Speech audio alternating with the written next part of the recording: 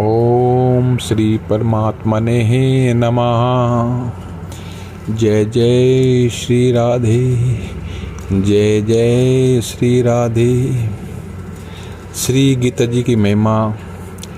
देखिए भक्तजनों, वैसे तो श्रीमद् भागवत गीता जी की महिमा का वर्णन कोई भी अपनी वाणी के द्वारा कर ही नहीं सकता है, क्योंकि किसी में इतनी सामर्थ्य नहीं है कि श्रीमद् भागवत गीता जी का एक एक रहस्य खोल सके, क्योंकि एक परम रहस्य ग्रंथ है।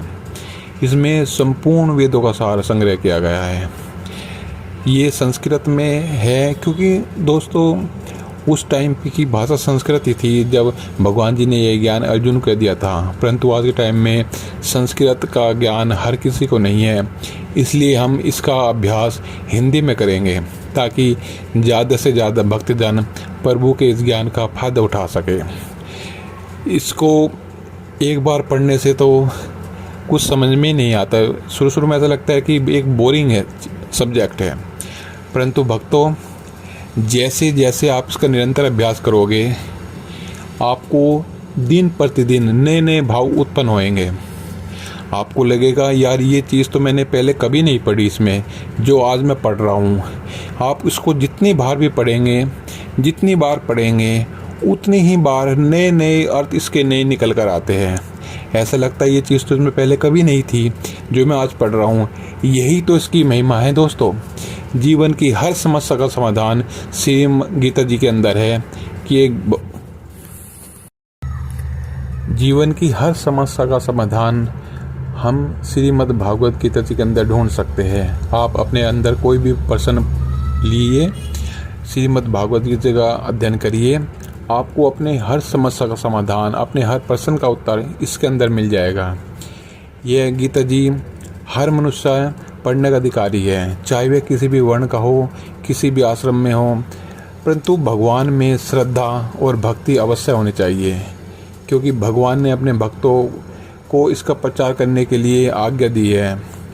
और यह भी कहा है कि स्त्री वैश्य शुद्ध और पाप योनि भी मेरे परायण होकर परम गति को प्राप्त होते हैं। इसलिए हर कोई श्रीमद् भागवत गीता जी का अध्ययन कर सकता है। आइए इसी कड़ी को आगे करते हुए हम भी आज हिंदी भाषा में, एक सरल भाषा में इसका अभ्यास करने की कोशिश करेंगे। तो आइए श्री गणेश करते हैं। सबसे पहले भगवान जी की स्तुति करेंगे। जिन प्रभु की आकृति अतिशय शांत है, जो शेषनाग की सैया पर शयन किए हुए हैं, जो और जिनकी नाभि में कमल है, जो देवताओं के भी ईश्वर, संपूर्ण जगत के आधार है, जो आकाश के समान सर्वत्र व्याप्त है, नील मेष के समान जिनका वर्ण है, अतिशय सुंदर जिनके संपूर्ण अंग है, जो योगियों के द्वारा ध्यान प्राप्त किए जाते हैं, जो संपूर्ण लोगों के स्वामी हैं, जो जन्म मरण रूप भय का नाश करने वाले हैं, ऐसे लक्ष्मीपति कमल नेत्र भगवान श्री विष्णु जी को मैं प्रणाम करता हूँ। ओम हरि ओम। ब्रह्मा, वरुण, इंद्र, रुद्र और दिव्य स्रोतों द्वारा जिनकी स्तुति करते हैं, सामवेद के गाने वाले, पद, कर्म और उपनिषदों के सहित वेदों के द्वारा जिनका ज्ञान करते हैं, योगी जन ध्यान में स्थित वे मन से जिनका दर्शन करते हैं, ऐसे श्री हरि नारायण को मैं नमस्कार करता हूँ। जय जय श्री राधे, जय जय श्री राधे। श्रीमद् भागवत गीता जी के 18 अध्याय हैं और हर अध्याय पढ़ने का अपना एक महत्व है, उसका अपना एक फल प्राप्त होता है। जैसे हम कोई भी पूजा करते हैं हमें उसका फल मिलता है, तो ऐसे ही श्रीमद् भागवत गीता जी का हर अध्याय पढ़ने का अपना अपना फल मिलता है। आइए हम पहले श्रीमद् भागवत जी के पहले अध्याय के पढ़ने का फल जानते हैं। एक बार श्री माँ पार्वती जी ने भगवान महादेव से कहा, हे भगवान, आप सब तत्वों के ज्ञाता हैं, आपकी कृपा से मुझे श्री विष्णु संबंधी नाना प्रकार के धर्म सुनने को मिले, जो समस्त लोक का उद्धार करने वाले हैं। हे प्रभु, अब मैं गीता का महात्मा सुनना चाहती हूँ, जिसका श्रवण करने से श्री हरि में भक्ति बढ़ती है। तब महादेव जी बोले, हे देवी, जिनका श्री विग्रह अलसी के फूल की भांति श्याम वर्ण का है। पक्षीराज गरुड़ ही जिनके वाहन हैं, जो अपनी महिमा से कभी भी अपने भक्तों का उद्धार करते हैं। वे शेषनाग पर शयन करते हैं। उन भगवान महाविष्णु की हम उपासना करते हैं। एक समय की बात है, मूर दैत्य के नाशक भगवान विष्णु शेषनाग के रमणीय आसन पर सुखपूर्वक विराजमान थे। उस समय समस्त लोगों को आनंद देने वाली भगवती लक्ष्मी ने आदरपूर्वक प्रश्न किया कि हे भगवान, आप संपूर्ण जगत का पालन करते हुए भी अपने ऐश्वर्य के प्रति उदासीन से होकर जो इस क्षीर सागर में नींद ले रहे हैं, इसका क्या कारण है? भगवान जी ने कहा, हे देवी, मैं नींद नहीं लेता हूँ। इसका मतलब यह नहीं है कि अगर मैं आँख बंद करके लेटा हूँ तो मैं सो रहा हूँ, बल्कि मैं अपने भक्तों का मैं नींद नहीं लेता हूँ, अपितु तत्व का अनुसरण करने वाली अंतर्दृष्टि के द्वारा अपने ही महेश्वर तेज का साक्षात्कार कर रहा हूँ। हे देवी, यह वही तेज है जिसका योगी पुरुष कुशाग्र बुद्धि के द्वारा अपने अंतःकरण में दर्शन करते हैं और जिसे मीमांसक विद्वान वेदों का सार तत्व निश्चित करते हैं। वह महेश्वर तेज एक अजर प्रकाश स्वरूप आत्मरूप रोग शोक से रहित अखंड आनंद का पुंज निरीह और द्वैत रहित है। इस जगत का जीवन उसी के अधीन है। मैं उसी का अनुभव करता हूँ। हे देवी, यही कारण है कि मैं तुम्हें नींद लेता हुआ सा प्रतीत होता हूँ। तब मैया लक्ष्मी ने कहा, हे प्रभु, आप ही योगी पुरुषों के ध्येय हैं। आपके अतिरिक्त भी कोई ध्यान करने योग्य तत्व है?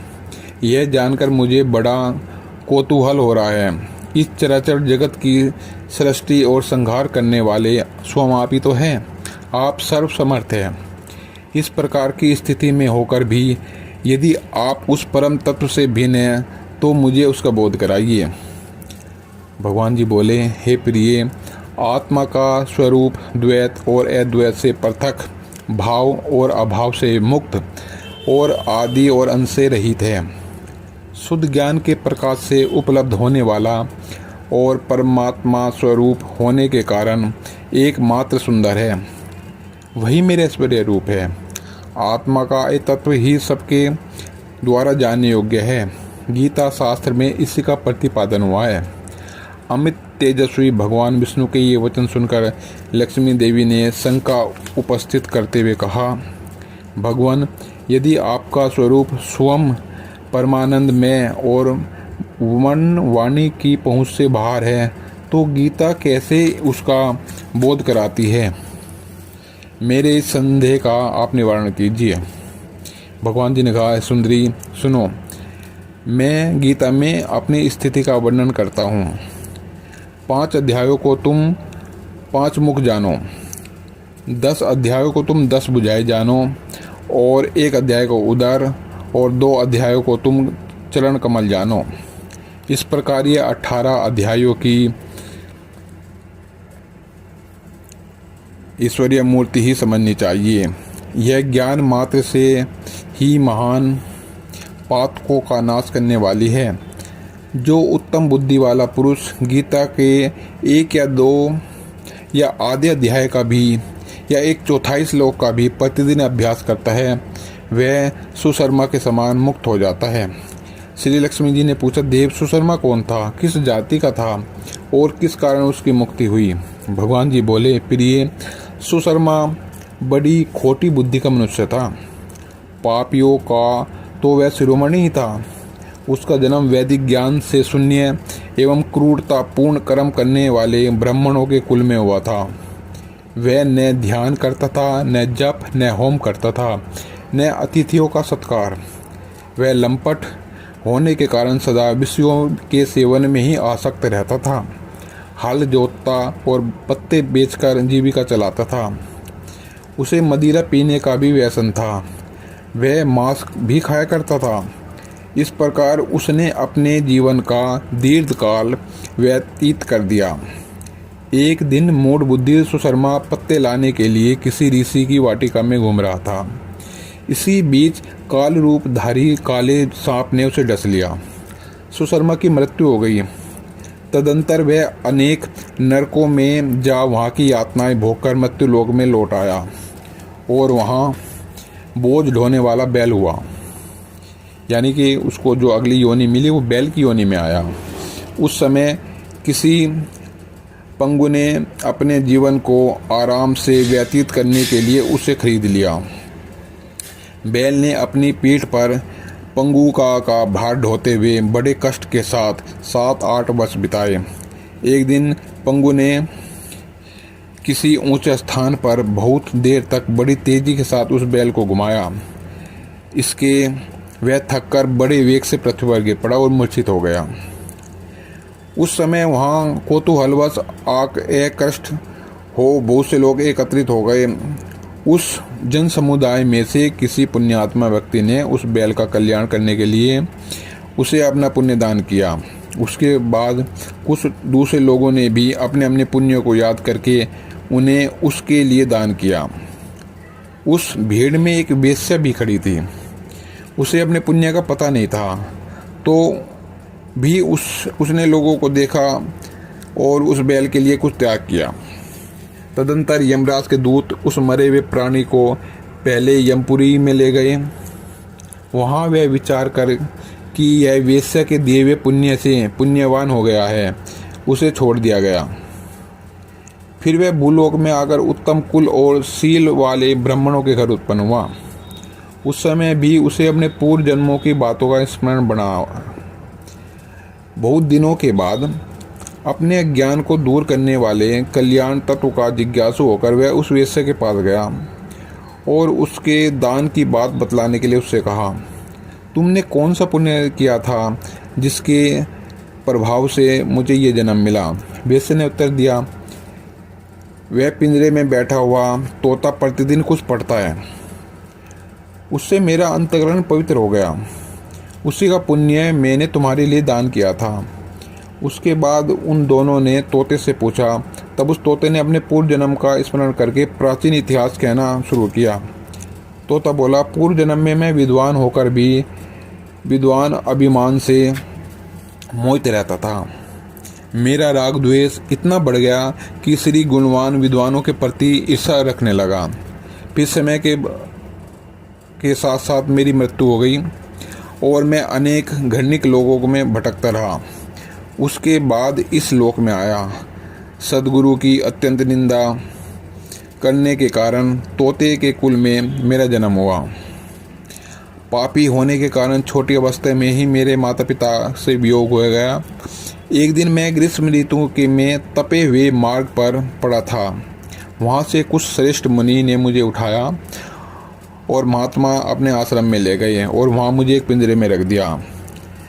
वहीं मुझे पढ़ाया गया। जब ऋषि बालक बड़े आदर के साथ गीता जी के प्रथम अध्याय का अध्ययन करते थे तो वह मेरे कानों में आता था। उन्हीं को मैं बार बार सुनता था और पाठ करता था। इसी बीच एक चोरी करने वाले बेलिए ने मुझे वहाँ से चुरा लिया। उसके पश्चात इस देवी ने मुझे खरीद लिया। यही मेरा वृत्तांत है जिसे मैंने आप लोगों से बताया है।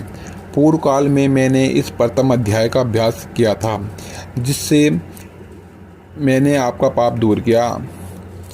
फिर उसी से इस वेश्या का भी अंतःकरण शुद्ध हुआ है और उसी के पुण्य से ये सुशर्मा भी पाप मुक्त हुए हैं। इस प्रकार परस्पर वार्तालाप और गीता जी के प्रथम अध्याय के महात्मा की प्रशंसा करके तीनों निरंतर अपने अपने घर पर गीता जी का अभ्यास करने लगे। फिर ज्ञान प्राप्त करके वे मुक्त हो गए। इसलिए जो कोई गीता जी के प्रथम अध्याय को पढ़ता है, सुनता है, अभ्यास करता है, उसे इस भवसागर को पार करने में कोई भी कठिनाई नहीं होती। जय जय श्री राधे। तो भक्तजनों, यह था श्रीमद् भागवत गीता जी के पहले अध्याय की महिमा पढ़ने का फल। अब हम श्री गीता जी का पहला अध्याय प्रारंभ करते हैं। आशा है आप लोग भी इसका फायदा उठाएंगे। मैं भगवान जी से प्रार्थना करता हूँ कि जो कोई इसका अध्ययन करेगा या इसको सुनेगा उनकी सब मनोकामना पूरी हो। ऐसा प्रभु जी से हम वरदान मांगते हैं। तो आइए भक्तों, श्रीमद् भागवत गीता जी के पहले अध्याय को प्रारंभ करते हैं। धृतराष्ट्र बोले, हे संजय, धर्म भूमि कुरुक्षेत्र में इकट्ठे हुए युद्ध की इच्छा वाले मेरे और पांडु के पुत्रों ने क्या किया। इस पर संजय बोले, उस समय राजा दुर्योधन ने व्यूह रचना युक्त पांडवों की सेना को देखकर और द्रोणाचार्य के पास जाकर यह वचन कहा, हे आचार्य, आपके बुद्धिमान शिष्य द्रुपद पुत्र धृष्टद्युम्न द्वारा व्यूह का आकार खड़ी की हुई पांडु पुत्रों की इस भारी सेना को देखिए। इस सेना में बड़े बड़े धनुष वाले युद्ध में भीम और अर्जुन के समान बहुत से सूरवीर हैं, जैसे सात्यकी, विराट और महारथी राजा द्रुपद, और धृष्ट केतु, चेतिमान और बलवान काशीराज, पुरुजित, कुंतीभोज और मनुष्यों में श्रेष्ठ सव्य और पराक्रमी अभिमन्यु तथा बलवान सुभद्रा पुत्र और द्रौपदी के 5 पुत्र, ये सभी महारथी हैं। हे ब्रह्मन श्रेष्ठ, हमारे पक्ष में जो जो प्रधान है मैं उनको बताता हूँ। आपके जानने के लिए मेरी सेना में जो जो सेनापति है उनको कहता हूँ। एक तो आप स्वयं आप हो, पिता मैं भीष्म, कर्ण, संग्राम विजयी कर पचार्य, और वैसे ही अश्वत्थामा, विकर्ण और सोमदत्त का पुत्र भूरिश्रवा, और भी बहुत से सूरवीर अनेक प्रकार के शस्त्र अस्त्रों से युक्त, मेरे लिए जीवन की आशा को त्यागने वाले, सबके सब युद्ध में चतुर हैं। भीष्म पितामह द्वारा रक्षित हमारी वह सेना सब प्रकार से अजय है, और भीम द्वारा रक्षित इन लोगों की यह सेना जीतने में सुगम है। इसलिए सब मोर्चों पर अपनी अपनी जगह स्थित रहते हुए आप लोग सबके सब निसंदेह भीष्म पितामह की ही सब ओर से रक्षा करें। इस प्रकार द्रोणाचार्य से कहते हुए दुर्योधन के वचनों को सुनकर कौरवों में बड़े वृद्ध प्रतापी भीष्म पितामह ने उस दुर्योधन के हृदय में हर्ष उत्पन्न करते हुए उच्च स्वर से सिंह के नाद के समान गर्जन कर शंख बजाया। उसके उपरांत शंख और नगाड़े तथा ढोल, मृदंग और नरसिंह आदि बाजे एक साथ ही बजे। उनका वह शब्द बड़ा भयंकर हुआ। उसके अनंतर सफेद घोड़ों से युक्त उत्तम रथ में बैठे हुए श्री कृष्ण महाराज और अर्जुन ने भी अलौकिक शंख बजाए। उनमें श्री कृष्ण महाराज ने पांचजन्य नामक शंख, अर्जुन ने देवदत्त नामक शंख बजाया। भयानक कर्म वाले भीम ने पौंड्रक नामक महाशंख बजाया। कुंती पुत्र राजा युधिष्ठिर ने अनंत विजय नामक शंख, नकुल और सहदेव ने सुघोष और मणिपुष्पक नाम वाले शंख बजाए। श्रेष्ठ धनुष वाले काशीराज, महारथी शिखंडी और धृष्टद्युम्न तथा राजा विराट और अजय, सात्यकी तथा राजा द्रुपद और द्रौपदी के 5 पुत्र, बड़ी भुजा वाले सुभद्रा पुत्र अभिमन्यु, इन सब ने हे राजन अलग अलग शंख बजाए। और उस भयानक शब्द ने आकाश और पृथ्वी को एक शब्द याम करते हुए धृतराष्ट्र पुत्रों के हृदय विदीर्ण कर दिए। हे राजन, उसके उपरांत कपिध्वज अर्जुन ने खड़े हुए धृतराष्ट्र पुत्रों को देखकर उस शस्त्र चलने की तैयारी के समय धनुष उठाकर हर्षिकेश श्री कृष्ण महाराज से यह वचन कहे, हे प्रभु, मेरे रथ को दोनों सेनाओं के बीच में खड़ा करिए, जब तक मैं इन स्थित युद्ध में खड़े हुए युद्ध की कामना करने वालों को अच्छी तरह देख लूं कि इस युद्ध रूप व्यापार में मुझे किन किन के साथ युद्ध करना है। दुर्बुद्धि दुर्योधन का युद्ध में कल्याण चाहने वाले जो जो ये राजा लोग इस सेना में आए हैं, उन युद्ध करने वालों को मैं देखूंगा। संजय बोले, हे महाराज, अर्जुन द्वारा इस प्रकार कहे हुए वचनों को सुनकर भगवान श्री कृष्ण ने दोनों सेनाओं के बीच में अर्जुन के रथ को ले जाकर खड़ा कर दिया और कहा कि हे पार्थ, इन इकट्ठे हुए कौरवों को देख। उसके उपरांत प्रथापुत्र अर्जुन ने उन दोनों सेनाओं के बीच में स्थित हुए पिता के भाइयों को, पितामह के आचार्यों को, मामों को, भाइयों को, पुत्रों को, पोत्रों को और मित्रों को, ससुरों को और सुहृदयों को भी देखा। इस प्रकार उन खड़े हुए संपूर्ण बांधवों को देखकर वे अत्यंत करुणा से युक्त हुए। कांत और कुंतीपुत्र अर्जुन शोक करते हुए बोले, हे कृष्ण, इस युद्ध की इच्छा वाले खड़े हुए जन समुदाय को देखकर मेरे अंग शिथिल हो जाते हैं और मुख भी सूखा जाता है और मेरे शरीर में कंप और रोमांच होता है और हाथ से गांडीव गिरता जा रहा है। त्वचा बहुत जलती है, मेरा मन भ्रमित सा हो रहा है, इसलिए मैं खड़ा रहने में भी समर्थ नहीं हूँ। हे केशव, लक्षणों को विपरीत भी देखता हूँ।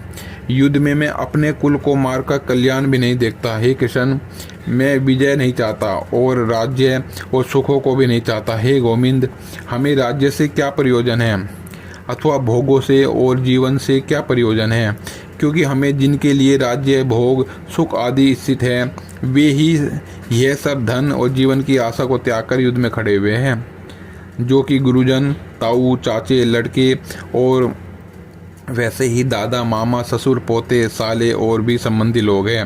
इसलिए हे मधुसूदन, मुझे मारने पर भी अथवा 3 लोक के राज्य के लिए भी मैं इन सबको मारना नहीं चाहता।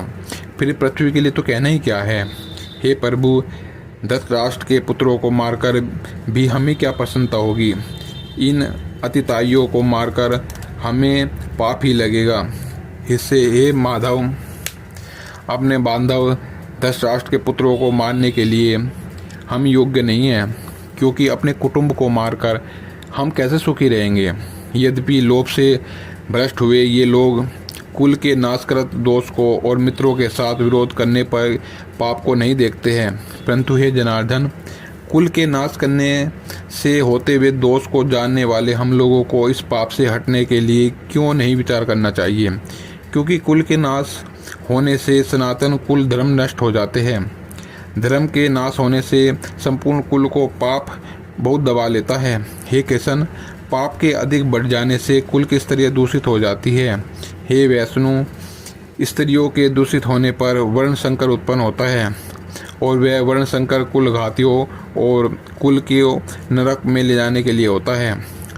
लोप हुई पिंड और जल की क्रिया वाले इस पितरलोक भी गिर जाते हैं और इन वर्ण संकर कारक दोषों से कुल घातियों के सनातन कुल धर्म और जाति धर्म नष्ट हो जाते हैं। हे जनार्दन, नष्ट हुए कुल धर्म वाले मनुष्यों का अनंत काल तक नरक में वास होता है, ऐसा हमने सुना है। अहो शोक है कि हम लोग बुद्धिमान होकर महान पाप करने को तैयार हुए, जो कि राज्य और सुख के लोभ से अपने कुल को मारने के लिए खड़े हैं। यदि मुझे शस्त्र रहित ने सामना करने वालों को शस्त्रधारियों धृतराष्ट्र पुत्रों रण में मारे तो मैं मरना भी मेरे लिए अति कल्याणकारी होगा। संजय बोले, रणभूमि में शोक से ग्रसित मन वाले अर्जुन इस प्रकार कहकर बाण सहित धनुष को त्याग कर रथ के पिछले भाग में बैठ गए। ओम श्री गीताय नमः। तो भक्तों, यह श्रीमद् भागवत गीता जी का पहला अध्याय यहाँ समाप्त होता है। जय जय श्री राधे।